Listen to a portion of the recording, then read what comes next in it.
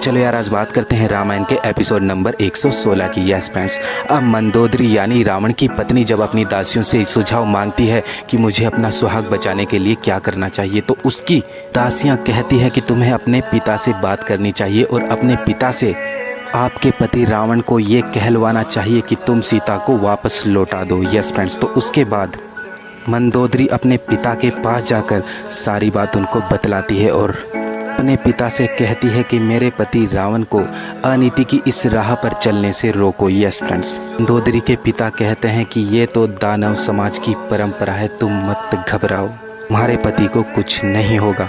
तो उसके बाद जो मंदोदरी है वो अपने पिता से कहती है कि जिनको हम तुच्छ समझ रहे थे, उन्होंने इतने बड़े समुद्र पर पुल बांधकर और वहाँ से उस पुल को पार करके यहाँ तक पहुँच गए हैं। बस अब तो मुझे ये भय खा जा रहा है कहीं मेरे। तो चलो यार आज बात करते हैं रामायण के एपिसोड नंबर 117 की। यस फ्रेंड्स, अब रावण अपनी सभा में युद्ध की मंत्रणा देता है। यस फ्रेंड्स, और वो अपने सभा में कहता है कि यहाँ पर सिर्फ विशेष मंत्री, गुप्तचर और सैन्य दल ही बैठेगा, बाकी सभी यहाँ से चले जाओ। यस फ्रेंड्स, तो उसके बाद वो वहाँ पर जो भी रावण के मुख्य लोग बैठे हुए थे उन सभी को कहता है कि अब मैं आप सभी को बताता हूँ कि कौन कौन किस द्वार पर उपस्थित रहेगा युद्ध करने के लिए। यस फ्रेंड्स, तो उसके बाद वो कहता है इस युद्ध में सर्वोच्च सेनापति इंद्रजीत ही रहेगा और पूर्व द्वार पर प्रहस्त, पश्चिम पर मेघनाथ, दक्षिण पर महाबली महापारस और उनके साथ सेनापति महोदर, और उत्तर द्वार पर मैं खुद सूक और सारण और समस्त सेना के साथ खड़ा रहूँगा और हमने उन पर पहले से कोई आक्रमण नहीं।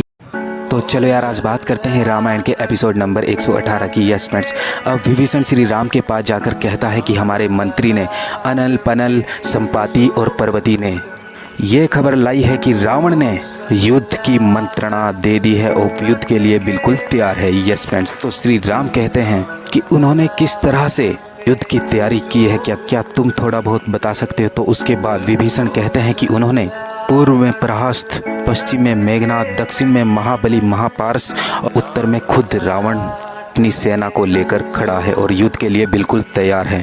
तो उसके बाद श्री राम भी युद्ध के लिए तैयार हो जाते हैं और श्री राम कहते हैं कि पूर्वी द्वार पर नील, पश्चिम में हनुमान, दक्षिण में अंगद और उत्तर में मैं और लक्ष्मण कुछ सेना के साथ रहेंगे और कुछ सेना को मध्य में रखा जाएगा जिनके साथ की सुग्रीव, विभीषण और जामवंत रहेंगे।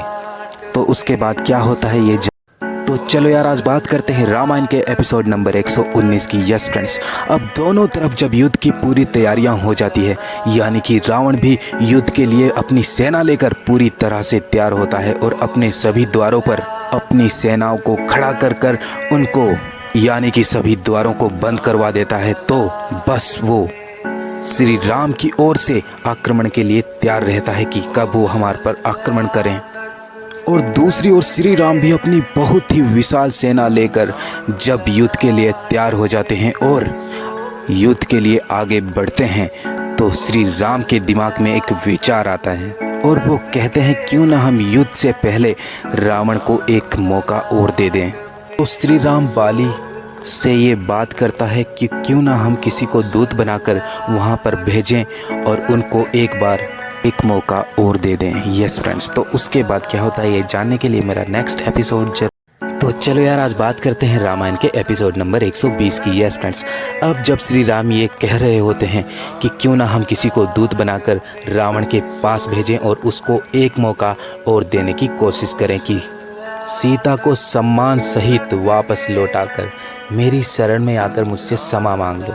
तो ये बात लक्ष्मण को अच्छी नहीं लगती और वो कहते हैं कि हमें उस रावण, उस दुष्ट को क्षमा नहीं करना चाहिए, उसका अंत कर देना चाहिए, जिसने माता सीता का हरण छल से किया हो और आपका दिल दुखाया हो। तो श्री राम कहते हैं कि हमें ऐसा नहीं करना चाहिए, उनको एक मौका दे देना चाहिए, यही नीति है, यही राजनीति है। यस फ्रेंड्स, तो श्री राम के मंत्री और उनके मित्र सभी राजी हो जाते हैं इस बात के लिए कि हमें कोई दूत भेजना चाहिए। तो उसके बाद सुग्रीव कहते हैं कि इस बार हमें अंगद को दूत बनाकर भेजना चाहिए। यस फ्रेंड्स, उसके बाद क्या होता है ये जानने के लिए मेरा नेक्स्ट एपिसोड जरूर देखना।